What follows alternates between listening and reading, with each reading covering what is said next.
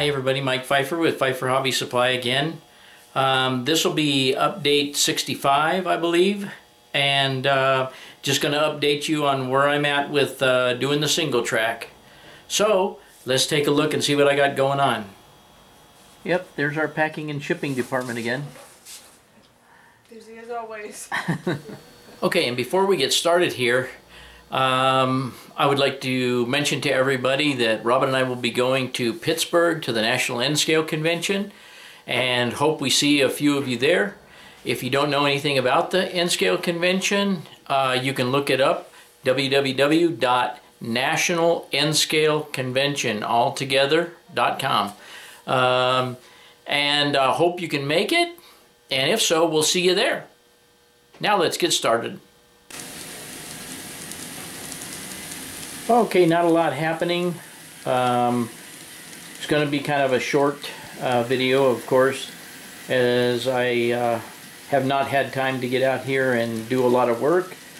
But I do have the trains running once again, and if I slowly swing around this way, you'll see that I got this track painted and ballasted all the way down there around underneath the bridge. The only thing I haven't done is tie the road back in over the railroad crossing there.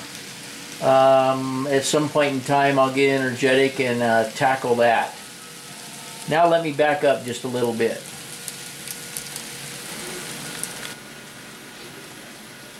Okay, in the last video I think all of this was white plaster. You can see that I've got the rocks painted back in, I've got some foliage in there, I've got the track ballasted across the bridge, ballast and the scenery brought into the track all the way around that curve out there and all the way down to just on the other side of the bridge here. And you can see where my white plaster is starting once again. So basically, if I back up here, you can see now that I've got all of this back the way it belongs, with the exception of the road crossing there. And I'll explain my intention here. I think I'm going to paint over this railroad crossing, cut another piece of roofing material to go up to that. I'm going to glue the other half of the Kato crossing to that, and then I'm going to bring my tar paper up to it. I'm going to cut a slot in the homosote and just pull that crossbuck up, take the slack back and stick it back in at the single track mark. I think that'd be the easiest way to go without disconnecting and having to drill another hole and all that stuff. So that is my plan to get that crossbuck there moved back. Aside from that, I've slightly camouflaged the other track back here. From this camera angle, you can obviously see it under there. If I drop back down off my stool, and of course I'm not the tallest person, but even if I stand up at a 6-foot high level, you can see that you can't really see back under there without leaning over the layout this direction. But anyway, that's kind of what I got done right now, but I'd like to go over something else real quick. One thing I wanted to mention that I forgot is somewhere I saved this side of this bridge here. I don't know where yet, so when I run across it, I'm going to glue that back in there and hopefully hide that bare section of track that you see there. That's another little thing that I've got to do. I have also knocked off a few little details here and there that need to be re-put on, repositioned, and so forth. But what I would really like to talk about, and I know that most of you have probably seen the video on my dust, or not on my dust dabber, but on the Woodland Scenics dust dabber. After I got done working on all this track up here, I went and vacuumed up all the excess foam, ground foam and stuff that I had put down.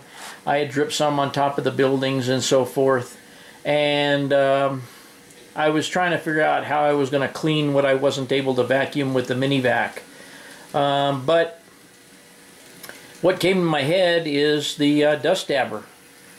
So I went around, I have gone around and used the dust dabber on the roofs of, by the way, this locomotive going by. I used it on the roof of those, used it on the roof of the other set, used it on top of all these structures, used it on top of all these wood piles, which are notorious for collecting a lot of dust. Even used it on the vehicles, used it on the top of those trucks, the cars over there, used it on the track itself going into the tunnel over here, used it on the road back there. I mean, I literally dabbed it on almost everything back here.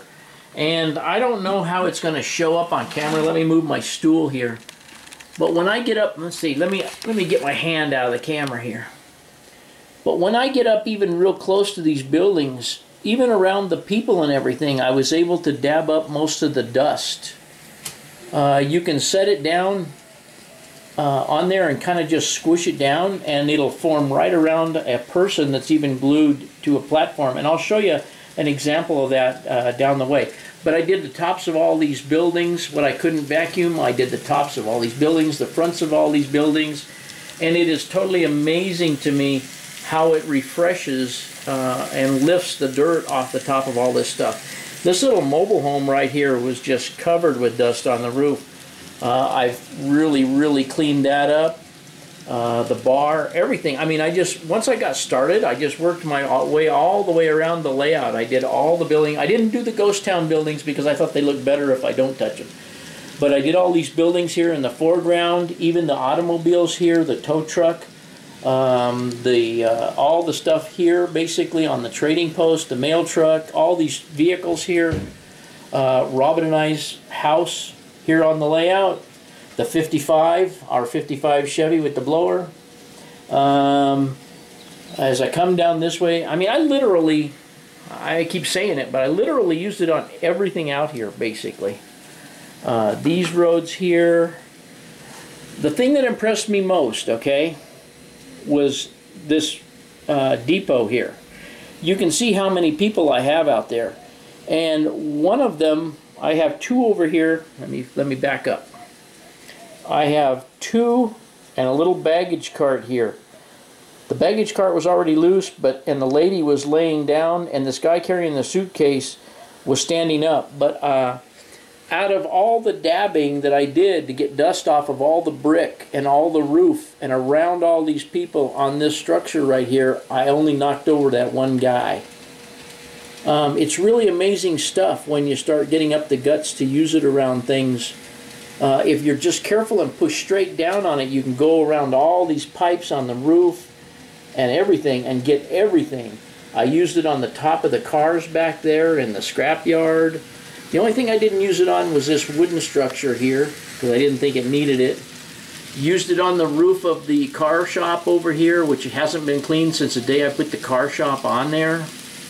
I haven't gotten in the back there to do those mobile homes and stuff. I did the McDonald's roof in the parking lot of McDonald's. I did the baseball field with it, the entire baseball field. Did all the cars in the parking lot over here. Did up the bridge. I haven't done the inside of the city, the streets on the inside of the city, but when you look down on this, you can compare these roofs of these buildings right here kind of to the ones across and see how bright the roofs in the foreground are compared to those over there. So when I get another piece, I'm going to finish doing the roads in there and the roofs of all the buildings in the city area and kind of freshen all that up. Once I do that, I'll start putting vehicles, 50-0 vehicles back out there. I've done the bowling alley. I've done this building. I did the Greyhound bus depot. Done the hotel. Obviously, I have a lot to still fill in scenery and ballast here.